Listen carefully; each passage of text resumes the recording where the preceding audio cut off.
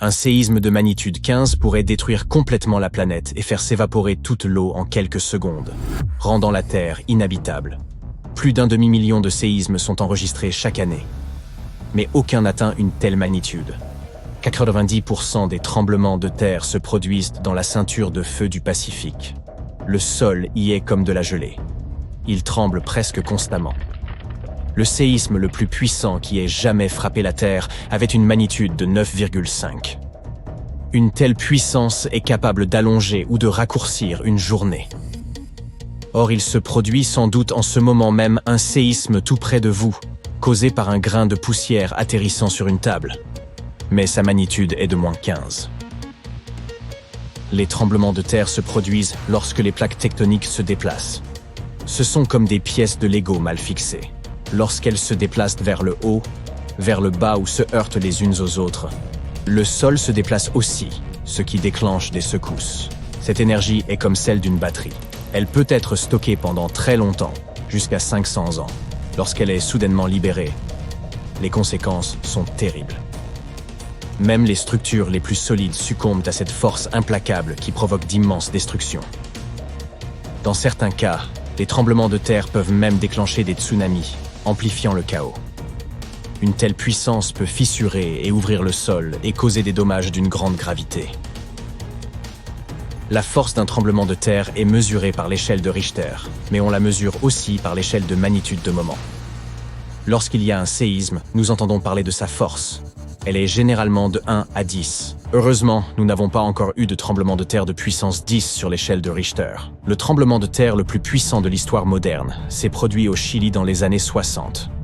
Il était d'environ 9,5 sur l'échelle de Richter, et il a modifié la rotation de la Terre et la durée de nos journées de près de 2 millisecondes.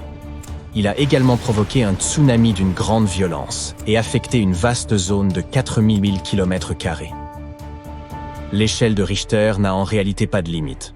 Cependant, tout ce qui dépasserait les 25 n'aurait pas besoin d'être mesuré car si cela arrivait, nous nous transformerions tout simplement en poussière, et personne ne se soucierait de mesurer la catastrophe. Comme nous l'avons dit, le tremblement de terre le plus violent avait une magnitude de 9,5. Si cette magnitude avait été plus forte d'un demi-point seulement, cela aurait créé une ligne de rupture de 3500 km de long. C'est presque 7 fois la taille du Wyoming. Un tremblement de terre de magnitude 11 créerait une fissure courant sur la moitié du globe. D'immenses tsunamis frapperaient dans les zones côtières, détruisant tout, et nous connaîtrions une crise environnementale de grande ampleur. Si vous aimez la randonnée, vous auriez alors de nouvelles montagnes à explorer, créées par le terrifiant tremblement de terre. Même la température pourrait augmenter en raison des éruptions volcaniques et des gaz à effet de serre résultant de ce désastre. Notre planète serait comme un four brûlant. Les zones les plus sûres seraient celles qui sont le plus éloignées des villes, des mers, des océans et des montagnes, où les glissements de terrain seraient plus rares. Les pays non préparés aux tremblements de terre seraient totalement détruits et les villes se transformeraient en tas de décombres et de poussière.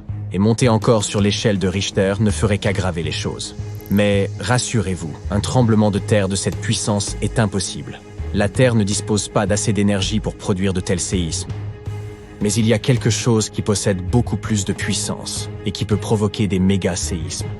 Les astéroïdes ont suffisamment de force pour détruire notre planète, comme nous le savons bien depuis l'ère des dinosaures. Cet astéroïde faisait environ 10 km de long et a causé d'énormes dégâts sur la planète. Il a déclenché des tremblements de terre qui ont secoué le sol pendant des mois. Ces tremblements de terre étaient environ 50 000 fois plus violents que le fameux séisme du Chili. Et ils ont provoqué un tsunami 30 000 fois plus puissant que le tsunami de l'océan Indien. Pourtant, ce dernier était l'un des tsunamis les plus dévastateurs à avoir jamais frappé la Terre. Les tremblements de terre causés par l'astéroïde en question avaient une magnitude de 11, ce qui en fait la catastrophe naturelle la plus puissante et la plus effrayante jamais enregistrée. Espérons que cela ne se reproduise pas. Le tsunami de l'océan Indien n'a affecté que certaines zones. Le tsunami de l'astéroïde, quant à lui, a affecté la planète entière et ses vagues mesuraient 10 mètres de haut. Même si vous aviez voyagé jusqu'à l'endroit le plus reculé de la Terre, vous n'auriez pas pu échapper à ce cauchemar. Un séisme de magnitude 15 ne serait pas 50% plus fort que le séisme du Chili.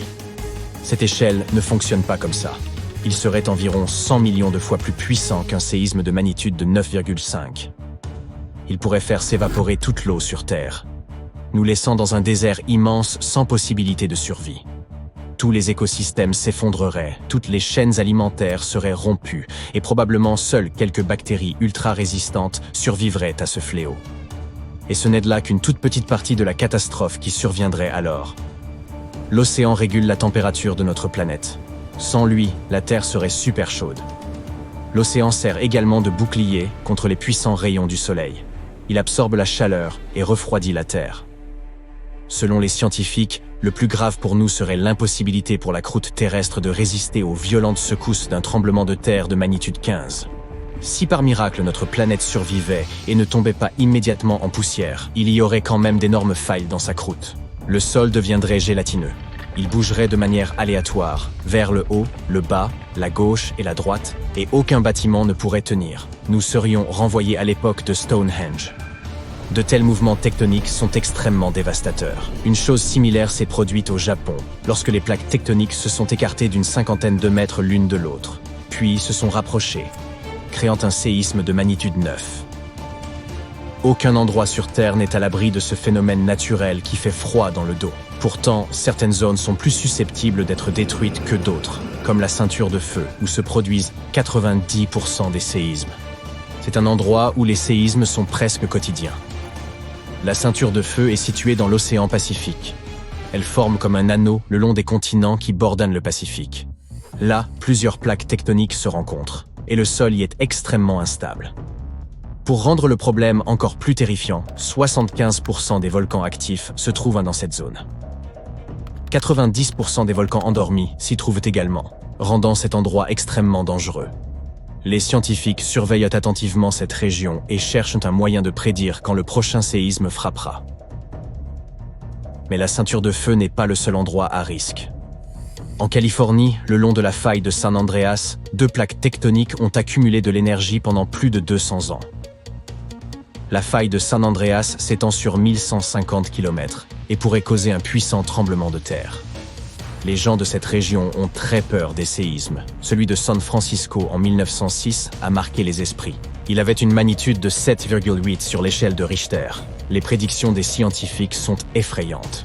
Ils disent que la probabilité d'un tremblement de terre de magnitude 6,7 est très élevée dans la région. Si tout commence à mal tourner, il vous faudra savoir quoi faire. Évitez tout ce qui peut vous tomber dessus. Fenêtres, placards et plafonds instables. Les experts ont l'habitude de dire que dans de telles circonstances, il faut se baisser, se couvrir et s'accrocher. Restez près du sol. Cachez-vous sous quelque chose de stable et ne bougez pas jusqu'à ce que les secousses cessent. Restez même sous votre abri pendant 2 minutes de plus, au cas où il y aurait des répliques ou des chutes de débris. Assurez-vous qu'il n'y a pas de fuite de gaz. Si ça sent le gaz, n'allumez pas les lumières et ne faites rien qui pourrait l'enflammer. Restez fort et gardez courage.